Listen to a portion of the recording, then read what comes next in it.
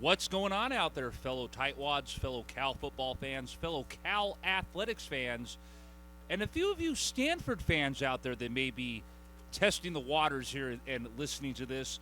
Yes, I know, been a hot minute, month plus since we've done anything in general as far as this show goes, but hey, life gets in the way. Y'all know how it is. Celebrating this show's 5th anniversary, by the way, this week, and it's 5 years ago on this date is when yours truly and the gang launched the standalone version of this show. That, of course, will be coming at you with the 50th edition of the show tomorrow. That's tomorrow. This is right here, right now, though. Welcome, ladies and gentlemen, to the Bear Raid's 128th Big Game Preview Show. Hope everybody is doing good out there in what is currently, of course, for us here at Dub 6 Studios, November the 15th in the year 2025. It is, of course, the 30th and current sitting governor of Tightwad, Keith Salminen, coming at you, as always, from Dub 6 Studios in Oakland, California. Again, apologies with a month plus of being away. Stuff coming up on my end, things happening with the missus, a whole bunch of stuff going on.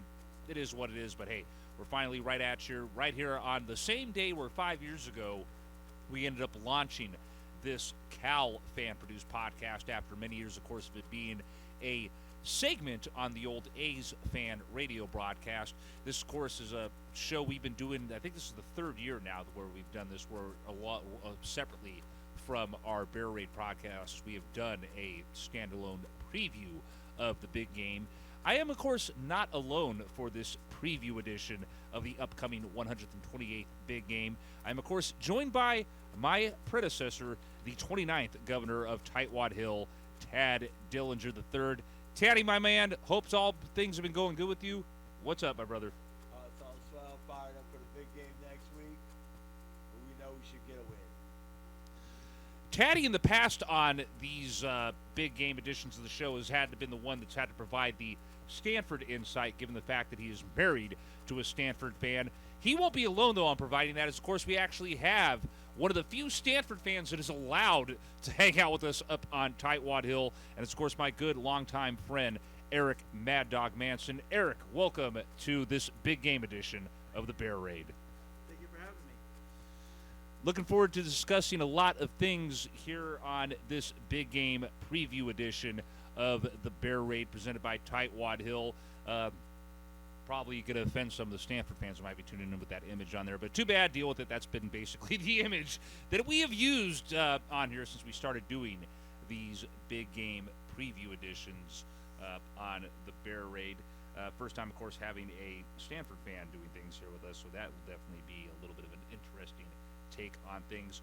We're going to go ahead and start things off on this big game preview edition of the show by first things first, taking a look, of course, at our team of choice, the team that we all, of course, support here. And that is, of course, previewing and looking back at how Cal football is lining up coming into this 128th big game contest, which, of course, is going down 1 week from today over at Stanford Stadium over in Palo Alto.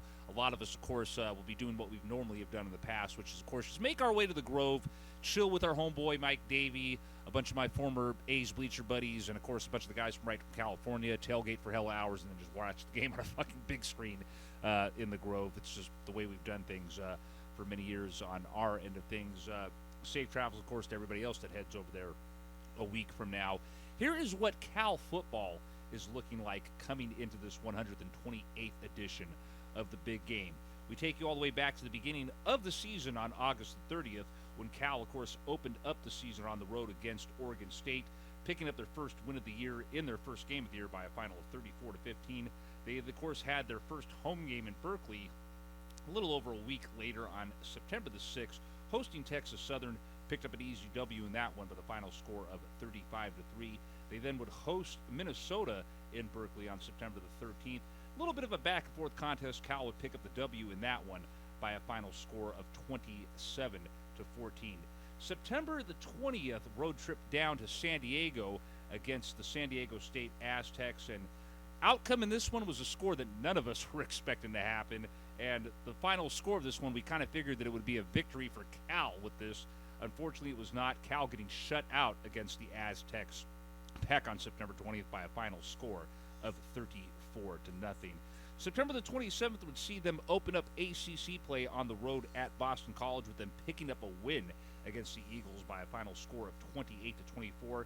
They'd be back in Berkeley for their first home ACC matchup of the year against Duke, a contest that many of us thought would actually be a winnable game for Cal. Cal, unfortunately, getting dog-walked by Duke in that one by a final score of 45-21.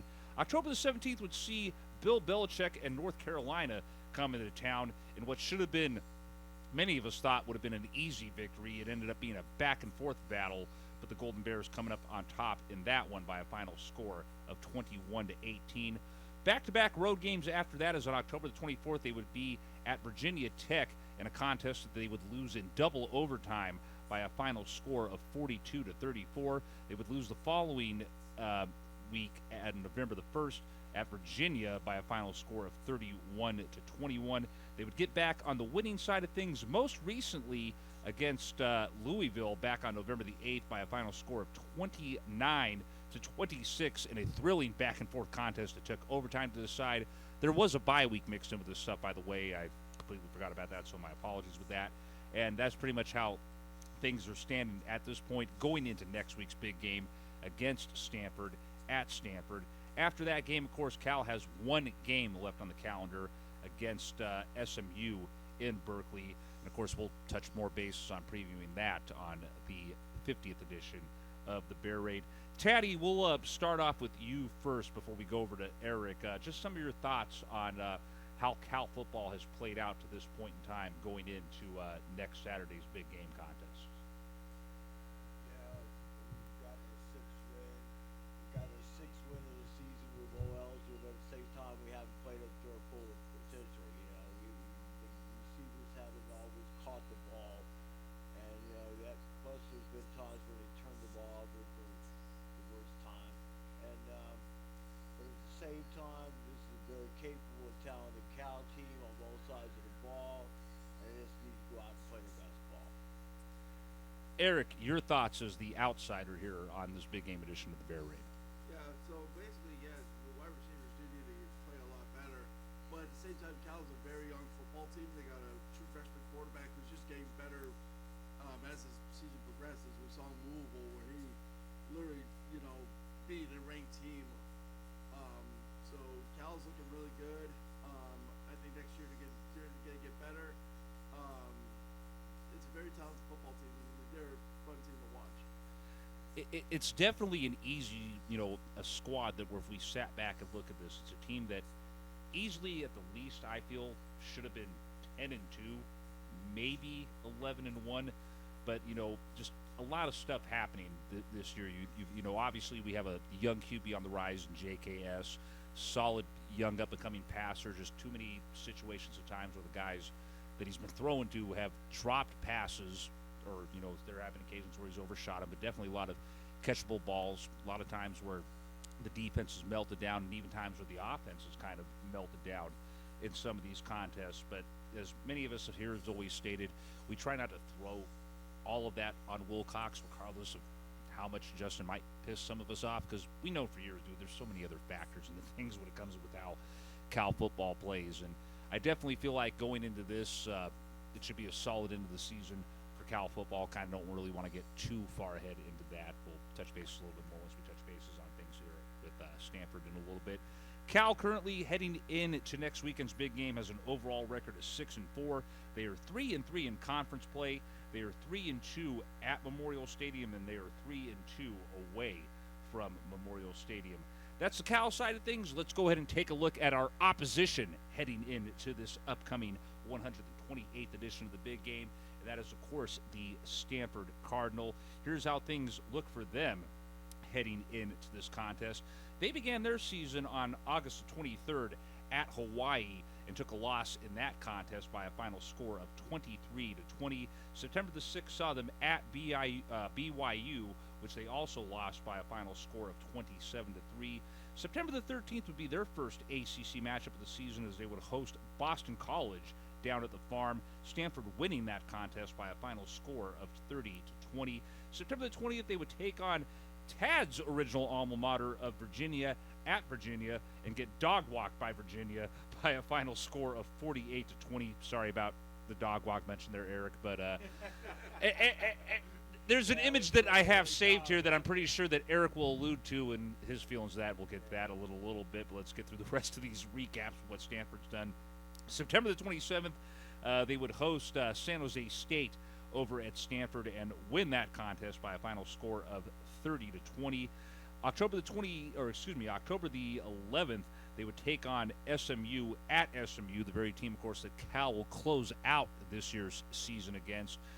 SMU defeating Stanford in that contest by a final score of 34-10. October the 18th, they would take on Florida State at Stanford, and win that contest by a final score of 20-13. October the 26th, 5th. I'm trying to figure out what I'm seeing here for the Miami game. If you want to correct me on that, Eric. Let me just take a quick check. I think that was the 26th. Okay, just want to make sure I'm reading the dates here right on this one.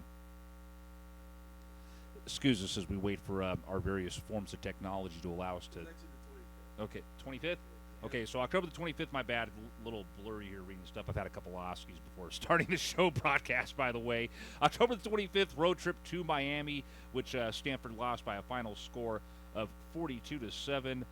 November the 1st, they hosted Pittsburgh and lost that contest by a final of 35-20. They then took on North Carolina in their most recent action last weekend and lost to North Carolina by a final score of 20-16.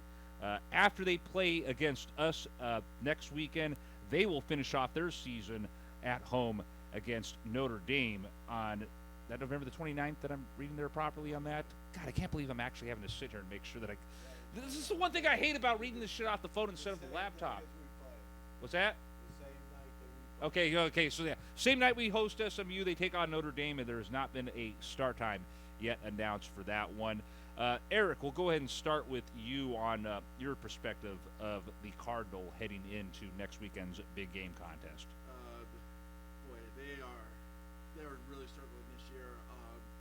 Offensively, they cannot even get the ball rolling. I think they average under 3 yards a carry. Their offense overall, I think, if I can, let me just pull some stats really quick on the Stanford Cardinal, who are, like I said, don't even have a run game going. And I think also their defense really needs a lot of work too. But I think in the very short term, I think in the long term, Andrew Luck as our GM will turn the tide, as you will, for Stanford football. So here they are right now. So total plays, so basically total offensive plays, we ran over 3,084 compared to the opponent's 4,077. Total plays of sorry, I read it wrong. Total plays, we ran 600 so far this year. We ran 656 plays compared to 676 for opponents. Average per play is 4.7 yards, while the opponents run about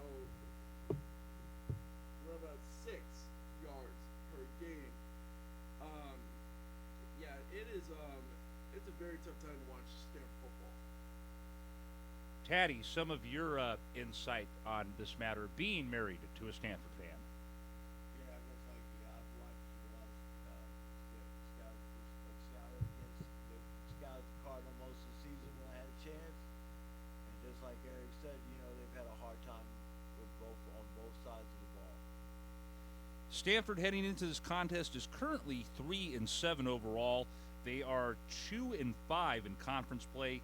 Good news for them, they're 3-1 at the farm. Bad news for them, they are winless away from the farm with a record of 0-6. So maybe that's an advantage playing for them. But Eric will be the first one here to tell you that Stanford hates fun. Hey, I had to make sure I had to get that image pulled up here on that one. So it's definitely going to be interesting to see what goes in and goes down with this contest when everything happens over at the Grove next weekend.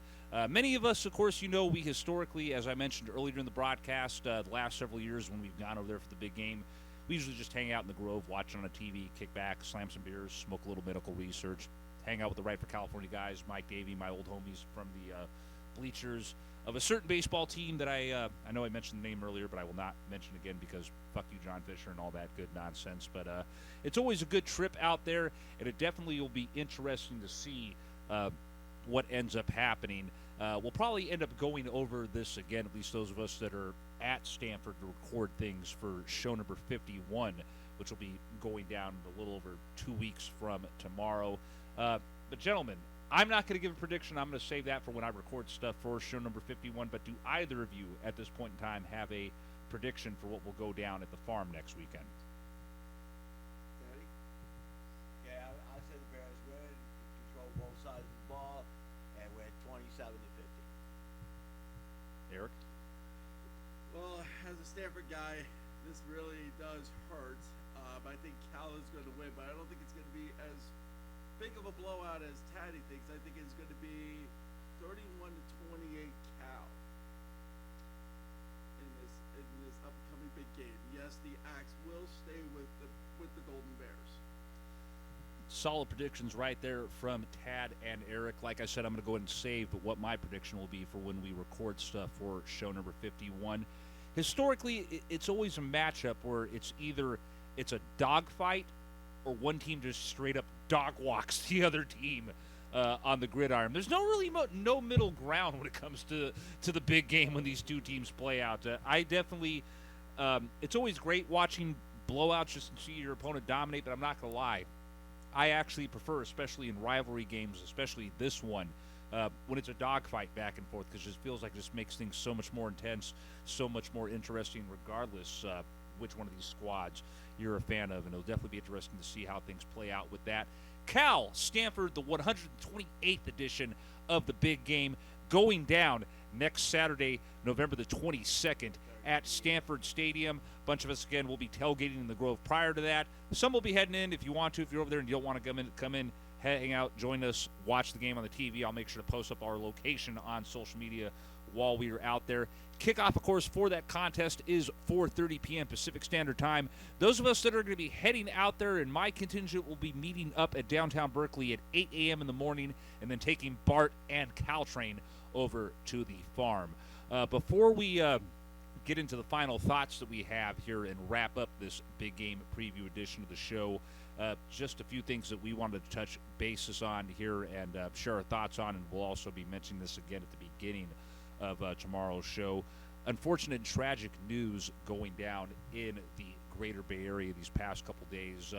Coach John Beam, who's an individual that I'm pretty sure that many of you are familiar with out there, coached for over 4 decades at both Skyline High and then, of course, later on at Laney College in Oakland, California. 4+ decades of just mentoring countless young men and having them turn their lives around. Many of you, of course, out there might have seen the series Last Chance U, where Laney was, of course, featured during the 2020 edition of the show. Coach Beam tragically shot on campus at Laney College on Thursday morning, succumbed to his injuries yesterday morning around 10 a.m. A suspect has been arrested, of course. He was caught at the San Leandro BART station just prior to 3 a.m.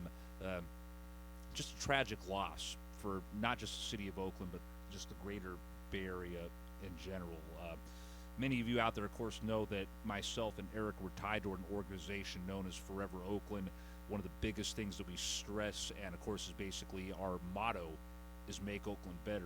And this is an individual that literally embodied that saying of make Oakland better. It's very tragic. It hurts. I'm infuriated.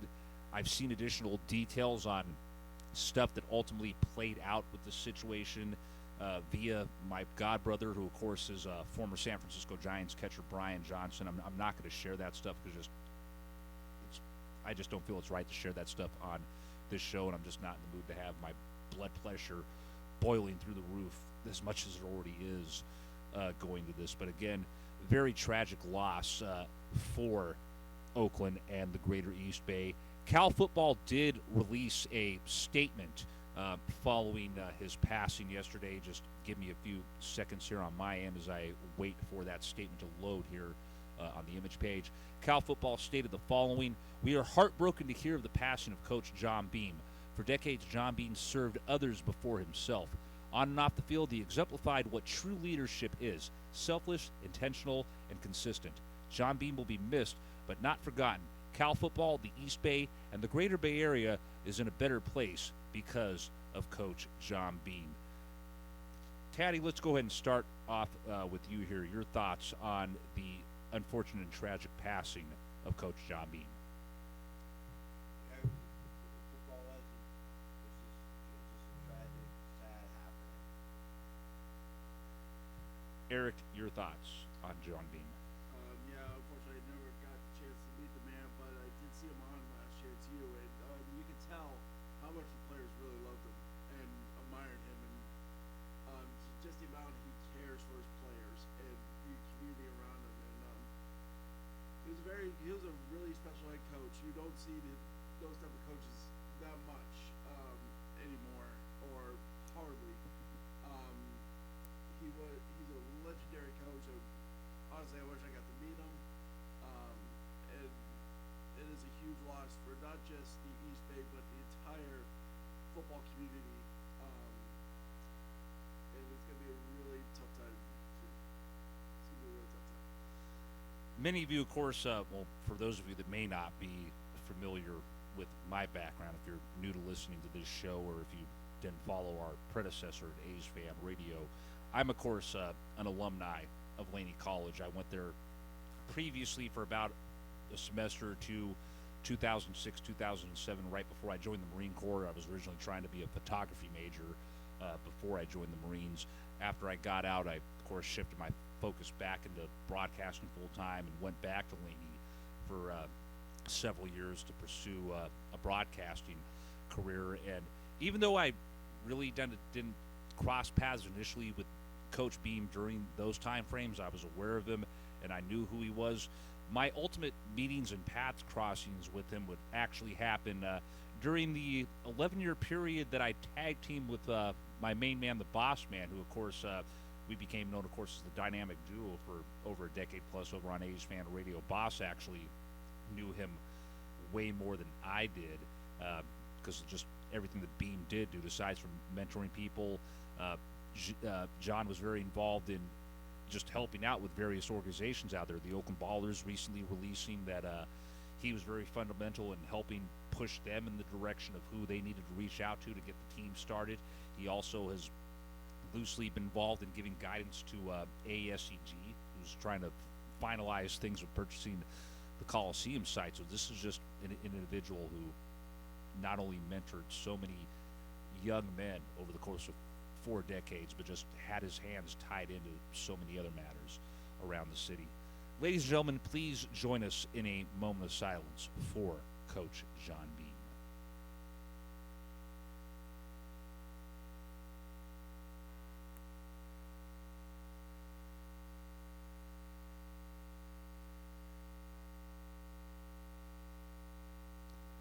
Thank you, ladies and gentlemen. Alrighty, on that note, let's go ahead and get this 128th edition of the... Let me start over with saying that again as I get all tongue-twisted here. Let's go ahead and get our final thoughts out of the way here on this 128th Big Game Preview Show. Stanford fan Eric, we'll start off with you with your final thoughts of the afternoon here on the 128th edition of TBR. Yeah, it's going to be a really exciting game. And like I said, even though now Stanford hates fun, but with Andrew Luck at the helm as the GM, it's looking very promising. He's gotten some pretty massive donations coming in from outsides, hopefully not from a certain GM from a certain team. They could go fornicate themselves really nicely, aka go fuck themselves. Bear Raid Radio exclusive. But yeah, so I think Stanford football in the next few years is going to be a really competitive program. I think Andrew Luck has a vision for it, and we'll see what happens. By the way, I meant to say 128th Big Game Preview Show. I don't know why I said 128th edition of the Bear Raid. If I would have stuck to things, maybe we'd have 100-plus shows at this point, but with life getting in the way. That's why we're only up to 49, and we'll have our 50th show tomorrow. Tad, your final thoughts on this 128th Big Game Preview edition of the Bear Raid. All right, Bears, let's go out there and get it. Take care of business and keep domination of the axe. Go Bears. As always, ladies and gentlemen, for the latest information pertaining to the Bear Raid, be sure to check things out at a'sfanradio.com/the Bear Raid, presented by Tightwad Hill. Like and follow us on our original social media home on Facebook at facebook.com/Tightwad Hill Official. You on Twitter, X, whatever the fuck you want to call the Bird app at this point. I prefer to call it by its old name because screw Elon Musk. Follow us on Twitter at Tightwad Hill 23. And, of course, check out all editions of the show over on youtube.com/a'sfanradio. We pretty much discontinued the Twitch channel at this point because of a lot of shady nonsense that's been going on with Twitch the last couple of months. And, of course, on youtube.com/a'sfanradio, that's where you can catch the long overdue, delayed by a month plus, show number 50 of the regular version of the Bear Raid presented by Tightwad Hill tomorrow, November the 16th. And we'll definitely keep you posted on social media about when that will be going up. Final thoughts from me, as always, thanks to all of you for tuning in to these various editions of the Bear Raid, regardless if it's a show like this or the regular standalone editions of the show. Looking forward to heading down to the farm once again next weekend and seeing your California Golden Bears pick up another W. On behalf of Eric and Taddy, and of course all of you all out there, thank you for tuning in to this big game preview edition of the Bear Raid. Y'all take care and enjoy what is left of your Saturday afternoon.